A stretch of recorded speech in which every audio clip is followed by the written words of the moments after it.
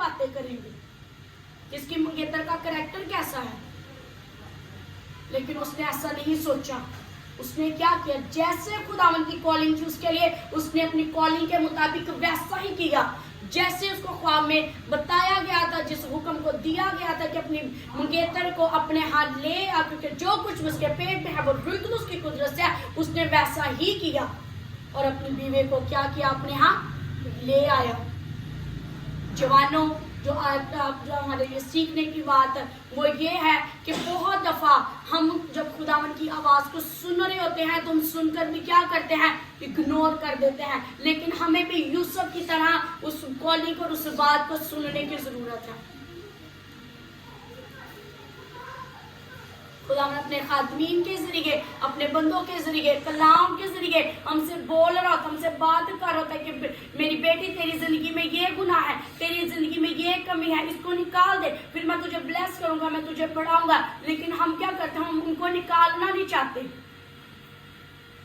लेकिन यूसुफ ने क्या किया, नींद से जागा और जैसा खुदावन के फरिश्ते ने उसको कहा था उसने वैसा ही किया। उसने इग्नोर नहीं किया खुदावन के कलाम को, उसने खुदावन के कलाम को रद्द नहीं किया। लेकिन आज जब हम देखते हैं कि मसीही नौजवानों की जिंदगियों के अंदर भी कि वो जैसे चर्च में जाते हैं, बेशक वो खुदावन के घर में जाते हैं, कलाम को सुनते हैं, तो वो उनकी जिंदगियों में चेंज क्यों नहीं आ रहा।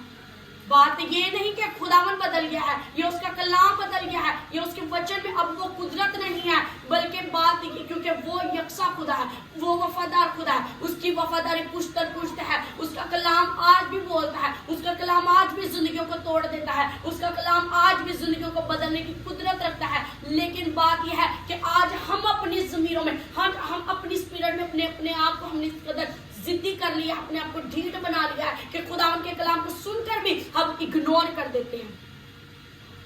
चर्च में बैठे हुए हैं और ऐसा नहीं होता कि क्योंकि खुदा का कलाम कभी बेतासीर नहीं लौटता। आप अगर चर्च में बैठे हैं, अगर 1000 लोग भी खुदा के घर में बैठे हैं, सब अगर कलाम एक है, अगर आयत एक है, लेकिन खुदा के कलाम में ऐसी कुदरत है, वो उसी कलाम में से हर एक की जरूरत के मुताबिक खुदा बात करेगा, हर एक से बात करेगा।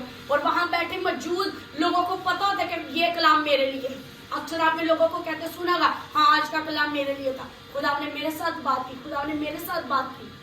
खुदावन बोलता है, लेकिन बात है कि खुदावन के कलाम को सुनकर उस पर अमल करने की जरूरत है। क्या आज हम उन स्पिरिट्स में ढीठ बन चुके हैं? यूसुफ ढीठ नहीं था। जैसे खुदावन के फरिश्ता से उसकी तरफ कॉलिंग थी, उसने वैसा ही किया। उसने उस पर कोई जिद नहीं की, कोई खुदावन के आगे सवाल जवाब नहीं किए कि खुदावन ये तूने मेरे लिए क्या कर दिया है, ये मेरे लिए कैसे मुश्किल खड़ी कर दी है। खुदावन की आवाज को सुना और इसीलिए आज भी हम यूसुफ के किरदार से सीखते हैं, ब्लेस्ड होते हैं। वो कैसा लविंग था, वो कैसा रास्तबाज था।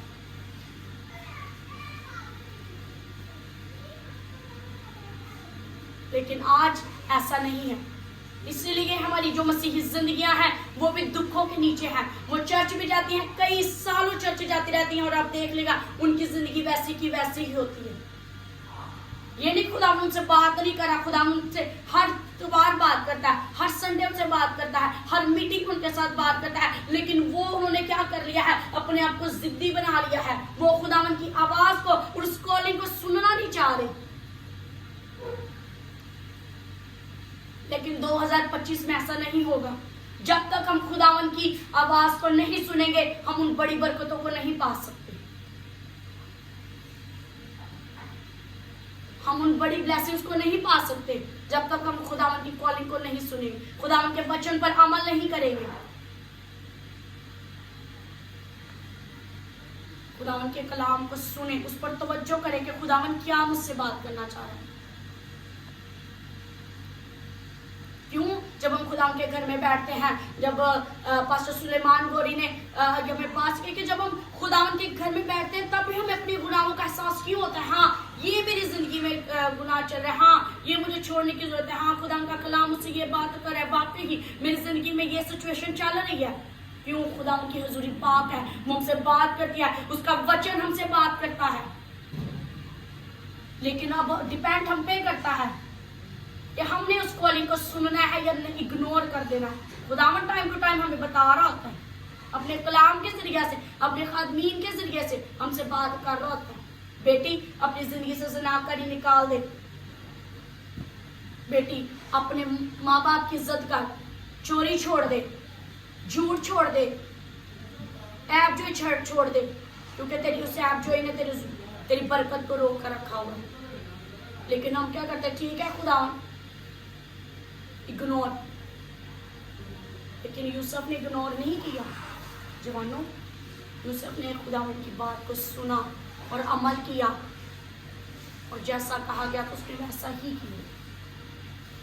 हम कहीं पर कलाम वचन पढ़ते हैं, हमने कहीं पढ़ा कि उसने आगे खुदावन से बहस की या खुदावन के आगे कुछ सवाल किया, वो अपनी मंगेतर को अपने हाथ ले आया, और जब तक उसका बेटा ना होगा उसने उसको ना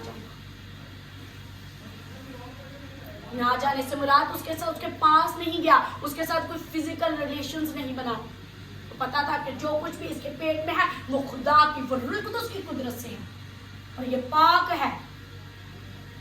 उसने उसकी वैसे ही इज्जत की जैसे वो पहले करता था। कलाम में लिखा है कि वो उसको चुपके से छोड़ देना चाहता था, वो उससे प्यार करता था क्योंकि वो रास्तबाज शख्स था।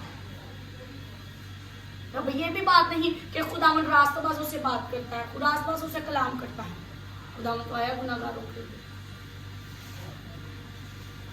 तो हम खुदावन के कलाम को सुनते हैं। कलाम सबके लिए होता है, ईमानदारों के लिए नहीं है, सबके लिए होता है, जितने भी खुदावन की हुजूरी में बैठे, क्योंकि वो हर जान की, हर एक शख्स की वो फिक्र करता है। तो जरूरी है कि अभी से 2025 के शुरू में ही हम खुदावन की आवाज को, कॉलिंग को सुने। जो कुछ हमारी जिंदगियों के अंदर चल रहा है जो खुदावन की तरफ से नहीं है और खुदावन हमें कह रहा है उसको हम निकाल दें, तो जरूरी है कि उसको निकाल दें ताकि हम उन 2025 में खुदावन ने हमारे लिए बड़ी बरकतों को रखा है उनको हम अपनी जिंदगियों में ले सकें।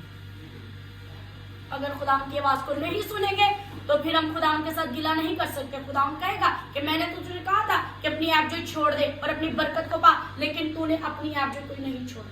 और हम ये भी नहीं कह सकते और खुदावन को ब्लेम नहीं कर सकते, खुदावन आपने मेरे साथ कब बात, ऐसा नहीं हो सकता। अगर आप खुदावन की हुजूरी में बैठे तो खुदावन जरूर आपकी कमी, आपका गुनाह आप पर जाहिर करेगा कि तेरे अंदर ये चल रहा है मसला, क्योंकि खुदावन की जात सबको जानती है, आपका ज़मीर और खुदावन सबको जानता है आपके अंदर क्या चल रहा है। वो आप पर जाहिर कर देगा कि आप उन चीजों को निकाल दो। अगर आप उन चीजों को पकड़े रखेंगे तो आप बरकतों को नहीं पा सकते, वो ब्लेस्ड जिंदगी नहीं पा सकते, क्योंकि आमीन कह देना और हालेलुया कर देने से ये काफी नहीं है, इससे कुछ नहीं होगा। कलाम वचन बयान करता है जो खुदा खुदा करते हैं लेकिन इनके दिल मुझसे दूर है। फिर हम कहेंगे खुदा मैंने तो तेरे नाम से बड़ी वीडियोस बनाई हैं सोशल मीडिया पे, बड़े मैंने टिकटॉक्स बनाए हैं, खुदा के सिर्फ ये मैटर नहीं करता आप कितनी दफा चर्च गए हैं। मैटर ये करता है कि आप कितना खुदावन की कॉलिंग को सुन रहे हैं, खुदावन की आवाज को कितना सुन रहे हैं, कितना खुदावन के कलाम पर आप अमल कर रहे हैं, ये मैटर करता है। ये मैटर नहीं करता कि आप कितनी दफा आप चर्च गए हैं, आपने साल में कितनी दफा चर्च में अपनी अटेंडेंस लगाई है। नो, ये मैटर करता है कि आपने कितना खुदा के कलाम पर अमल करके अपने आप को, अपने किरदार को अपने कितना बदला है, ये मैटर करता है।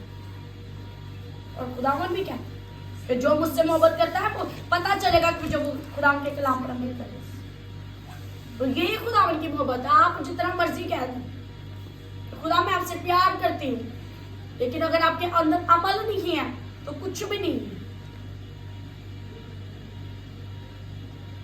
इसीलिए ना अपने आप को धोखा दें, खुदावन की उस कॉलिंग को, उस आवाज को सुने। खुदावन आपको क्या कहना चाह रहा है, कौन सा गुनाह या कौन सी बात आपके अंदर छुपी है जो खुदावन कह रहा है कि 2025 में निकाल दो, मैं तुझे बढ़ाना चाहता हूँ, मैं तुझे ब्लेस करना चाहता हूँ। वैसे आप रोज कहते हैं खुदा 2025 मेरे लिए ब्लेस्ड है, बरकत साल है, लेकिन आप उस कॉलिंग को सुन नहीं रहे और सुन के इग्नोर कर रहे हैं तो आप उसके जिम्मेदार हैं। खुदावन तो चाहता है, वो तुमसे प्यार करता है, वो तो चाहता है हमें बढ़ाना। यूसुफ ने सुना था, हुक्म को मानना था। खुदावन बात कर देता है, अगर उसको हुक्म को मानना, उस पर अमल करना हम पे डिपेंड करता है कि हम उस बात को मानना है कि नहीं मानना।